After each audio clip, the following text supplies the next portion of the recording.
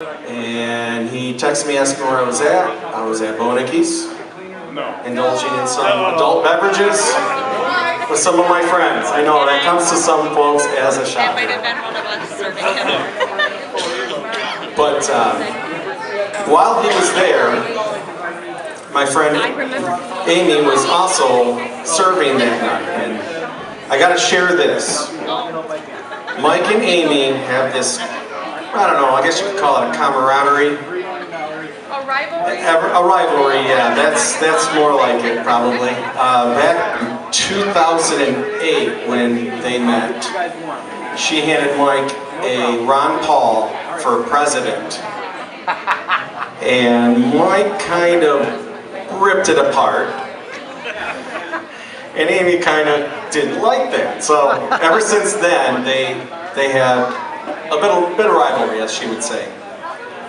But he noticed Amy was there, and of course they started doing what they do, you know, button heads.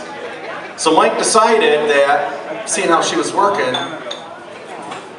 he was going to give her performance evaluation.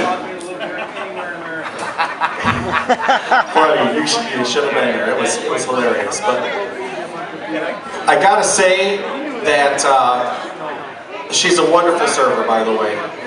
This couldn't be farther from the truth. This was just Mike putting a personal dig in on Amy. So here we go. On a scale of 1 to 5, 1 being bad, 5 being good.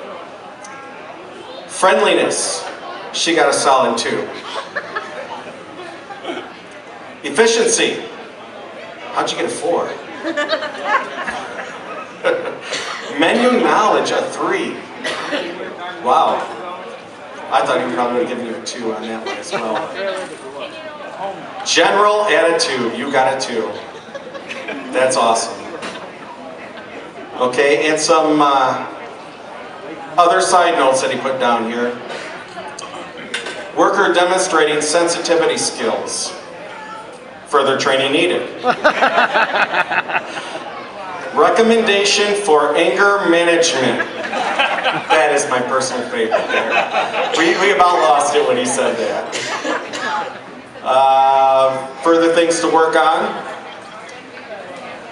Impatience. And he also put a side note on there that Ron Paul did retire. So get over it.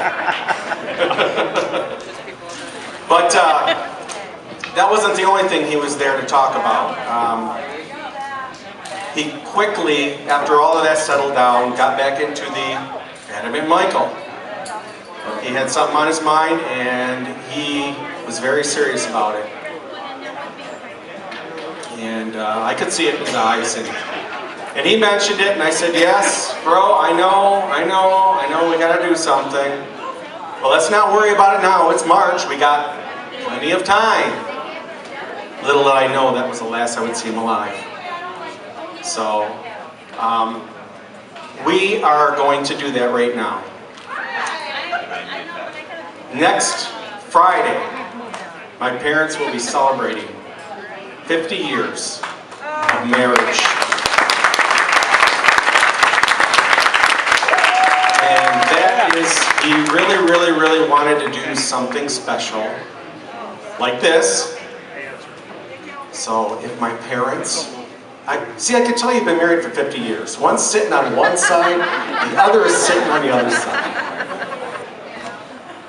That's how you get it for 50 years, I guess. I don't know, personally. But, what's that? Come on, yeah, come on up. Come on up. 50 years this Friday. 50 years.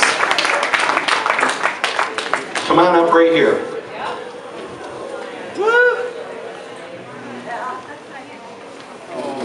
You would have to do this. Oh yes, I did. This was what Michael wanted. This is exactly what Michael wanted. He wanted to do something special for you guys. Well, no. You're going to hear some more stories about Michael. I got a real good one from when we were kids.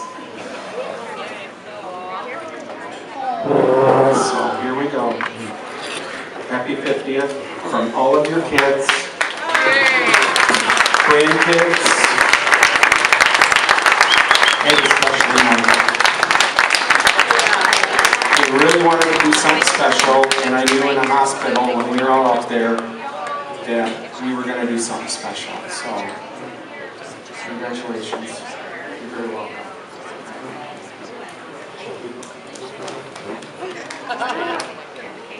There's candles to blow out, guys. I don't think I've let you down easy, did you? Be glad it's not 50 of them.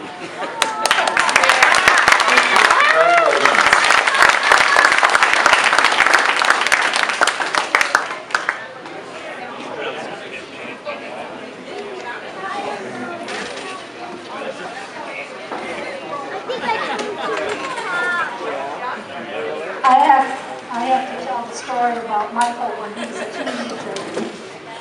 We had about 2 years of him just being very volatile.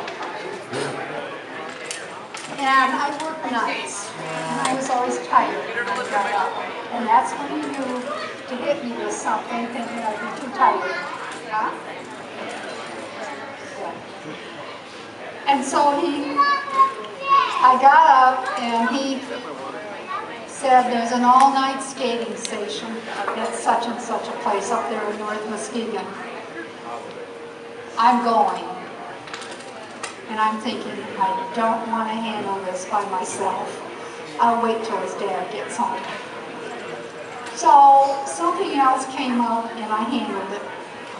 I didn't even remember what it was. I'm in the bathroom, sitting on the toilet. Michael comes home through the front door, my husband, and he's had a perfectly horrible day at work. And Michael greets him at the door with, there's an all-night skating session at such and such a place. I'm going. Mom knows all about it. He said, where's your mother? She's in the bathroom. So here I am sitting on the toilet and he comes roaring into the bathroom yelling at me. And I couldn't figure out what he was so upset about. I handled it, you know. And then I realized he was upset over something far more. And finally I said, what are you upset about? And he says, Michael tells me that he's going to an all-night skating session and you know all about it. Do you agree with this? And I said, no, no 16-year-old should be out all night long. But I said, I was waiting for you to get home so we could handle it together. Said 16-year-old is outside the bathroom door and hears me. I'm still sitting on the toilet, and in he roars. Comes in. So we got this three-way argument going on. I've got a towel over my lap.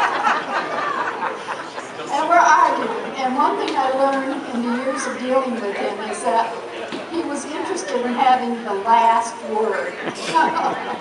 So finally I just said, you know the rules, and you know what happens if you break them. And meanwhile, his friends come in. They had been boozled their parents into letting him go. And they're outside the bathroom door. Michael's come left in anger. And they said, our parents said we can go. And Michael's response was, Attila the Hun says I can't go. So they called their parents and said, Mike, his parents won't let him go. So we're not going to go. But I found out later that he had to talk us into letting him take the car and do the driving for him.